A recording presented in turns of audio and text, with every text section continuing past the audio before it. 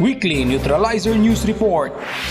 Magandang araw Pilipinas, kasama ang mga Neutralizer Aguila Troopers, aming ihahatid ang mga balita mula sa isang linggong kaganapan sa 73rd Infantry Neutralizer Battalion, 10th Infantry Aguila Division, Philippine Army. Ako si Aguila Trooper Lady Grace Pipito. Tutok na sa Neutralizer News Report. Headlines.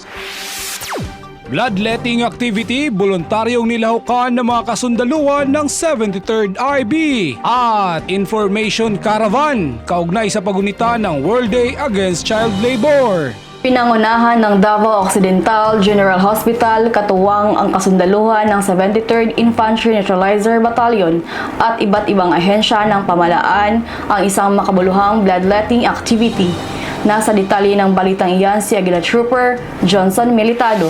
Matagumpay na nakilahok ang mga kasundaluhan ng 73rd Infantry Neutralizer Battalion, 10 Infantry Aguila Division Philippine Army sa isinagawang blood donation program na may temang Dugo na Alay, Dugtong ay Buhay. Kaugnay sa Hospital Week na ginanap sa Davao Occidental General Hospital, Lakaron, Malita ng nasabing probinsya nitong ika-6 ng Agosto 2025. Ang nasabing aktibidad ay pinangunahan ng Davao Occidental General Hospital, katuwang ang Philippine National Red Cross Davao del Sur Chapter at nilahukan ng iba't ibang ahensya ng gobyerno. Layunin ng nasabing aktibidad na makatulong sa mga taong nangangailangan ng dugo at pinapakita rin ng kasundaluhan ng 73rd IB na hindi lamang nakatuon sa seguridad ng bayan kundi pati na rin sa pagsusulong ng pampublikong kalusugan. Bago pa man ginanap ang nasabing blood donation activity, nagkaroon pa ito ng pre-orientation program sa mga volunteers. Pinapakita at pinapaalam dito ang kahalagaan at importansya ng nasabing aktibidad, mga benepisyo sa kalusugan at advokasya ng Davao Occidental General Hospital para sa mga mamamayan. Sa pahayag naman ni Dr. Glenard L. Quezada, Medical Center Chief 1 ng nasabing hospital, lubos ang kanyang pasasalamat sa 73rd IB, sa Philippine Red Cross at sa lahat ng volunteer donors sa kanilang taos-pusong pagbibigay. Sa totoo lang, ito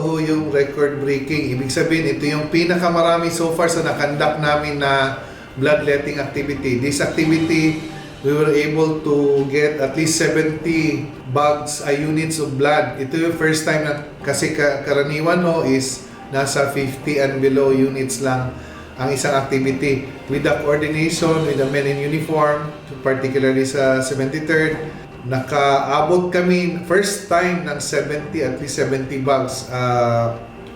Malaking tulong na yon para sa mga nangangailangan ng dugo.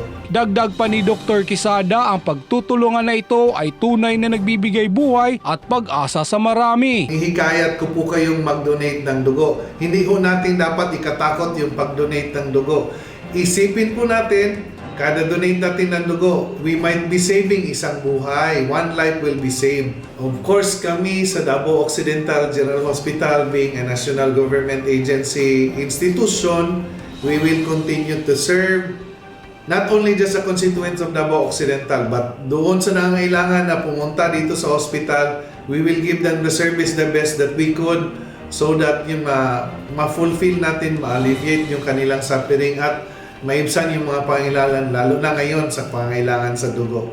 Ang pakikilahok sa mga blood donation drive ay patunay na kanilang malasakit sa kapakanan at kalusugan ng sambayan ng Pilipino. Ipagpapatuloy ng 73rd IB ang pagsuporta sa mga programang nagliligtas ng buhay at nagpapasigla sa kulturang bayanihan. Ang bawat patak ng dugo na ating inalay ay sumasalamin sa ating panata ng serbisyo, sakripisyo at malasakit.